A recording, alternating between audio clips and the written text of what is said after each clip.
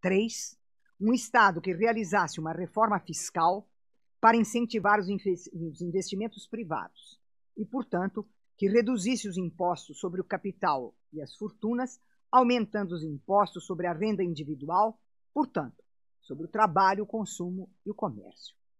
Então, estão se sentindo em casa? 4, um Estado que se afastasse da regulação da economia, deixando que o próprio mercado, com a sua racionalidade própria, operasse a desregulação.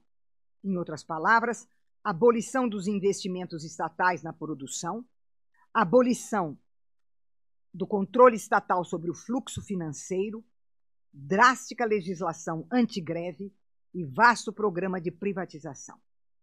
O modelo, que viria a ser chamado neoliberalismo, foi aplicado primeiro no Chile de Pinochet, a seguir na Inglaterra de Thatcher e nos Estados Unidos de Reagan, expandindo-se para todo o mundo capitalista e depois da queda do Muro de Berlim para o leste europeu.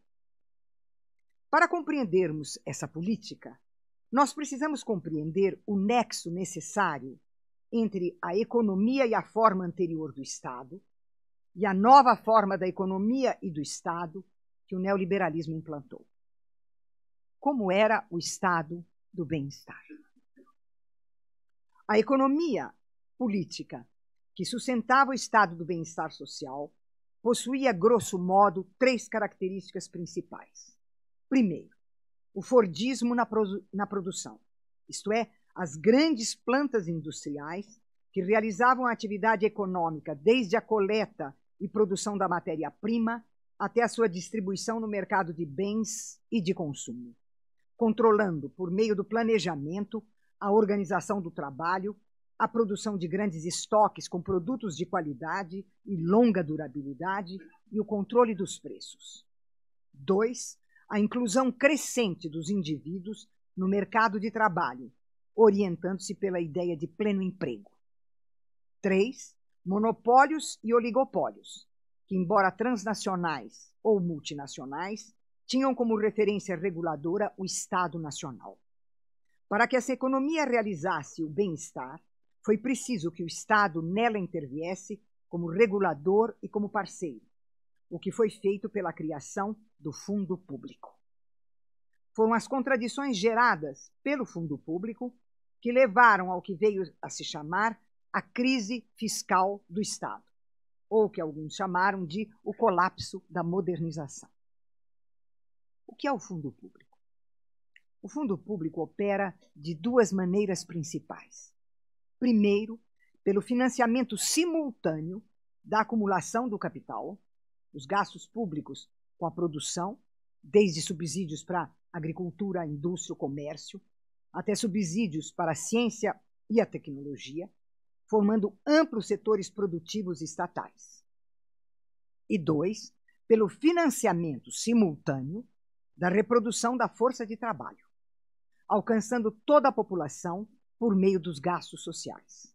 Educação gratuita, medicina socializada, previdência social, seguro-desemprego, subsídios para transporte, alimentação e habitação, subsídios para a cultura e o lazer, salário-família, salário-desemprego, etc.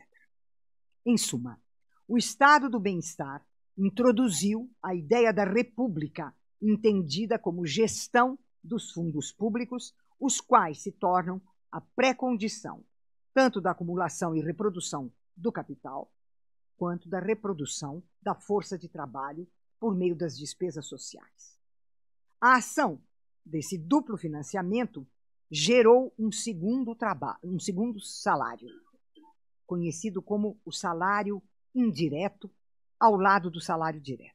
Ou seja, o salário direto é aquele que é pago privadamente ao trabalhador, pela empresa. O salário indireto é aquele pago publicamente aos cidadãos para a reprodução da sua força de trabalho, ou seja, todos os encargos sociais do Estado formam o salário indireto. O resultado foi o aumento da capacidade de consumo das classes sociais, e particularmente da classe média e da classe trabalhadora, ou seja, o consumo de massa. Nesse processo, o Estado endividou-se e entrou num processo de dívida pública, conhecido como déficit fiscal ou crise fiscal do Estado. A isso se deve acrescentar o momento crucial da crise, isto é, o instante da internacionalização oligopólica da produção e da finança, pois os oligopólios multinacionais não enviam aos seus países de origem os ganhos obtidos fora das suas fronteiras e, portanto, não alimentam o Fundo Público Nacional, que deve continuar financiando o capital e a força de trabalho. O chamado colapso da modernização está na origem da aplicação da economia e da política neoliberais. Com a sua presença sob a forma do salário indireto, o fundo público havia desatado o laço que prendia o capital à força de trabalho, o salário direto. Esse laço era aquilo que fazia com que a inovação técnica pelo capital fosse uma reação ao aumento real de salário. Ora, desatado o laço, o impulso à inovação tecnológica tornou-se praticamente ilimitado, provocando a expansão dos investimentos e o agigantamento das forças produtivas, cuja liquidez é impressionante, mas cujo lucro não é suficiente para concretizar todas as possibilidades tecnológicas que ele mesmo abriu. Por isso, o capital precisa das parcelas da riqueza pública. Isto é, ele precisa do fundo público na qualidade de financiador dessa concretização. Visto sob a perspectiva da luta política, o neoliberalismo não é de maneira nenhuma a crença na racionalidade do mercado, o enxugamento do Estado e a desaparição do fundo público, mas é a posição que decide cortar o fundo público no polo do financiamento dos bens e serviços públicos, isto é, acabar com o salário indireto, e maximizar o uso da riqueza pública nos investimentos exigidos pelo capital. Com o termo desregulação, o capital dispensa e rejeita a presença estatal não só no mercado, mas também nas políticas sociais, de sorte que a privatização, tanto de empresas quanto de serviços públicos, tornou-se estrutural. Disso resulta que a ideia de direitos sociais, como pressuposto e garantia de direitos civis e de direitos políticos, tende a desaparecer, porque aquilo que era um direito se converte num serviço privado, regulado pelo mercado, e, portanto, torna-se uma mercadoria a que têm acesso apenas os que têm poder aquisitivo para adquiri-la. Numa palavra, o neoliberalismo é o encolhimento do espaço público dos direitos e o alargamento do espaço privado dos interesses de mercado.